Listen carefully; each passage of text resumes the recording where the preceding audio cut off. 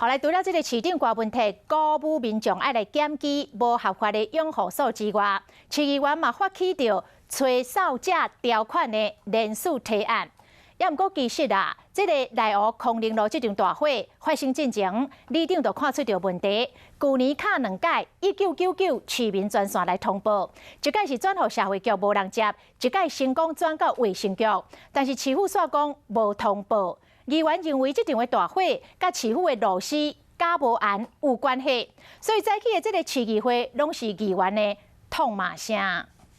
在90年的时候有服务过90年专案的部分，在105那个科长啊，你可以滚出去了。台北市议会透早就碰叫，社福中心没有接到相关的独居长者的通报。你有没有去访视过嘛？我们没有接到通报，所以没有访视。这是你主教的责任。什么叫做通报？你每个月领薪水需要等待吗？议员骂社会局太人，进前几天内湖无合法的养护所发生火灾，其实里长捌敲过2摆电话通报。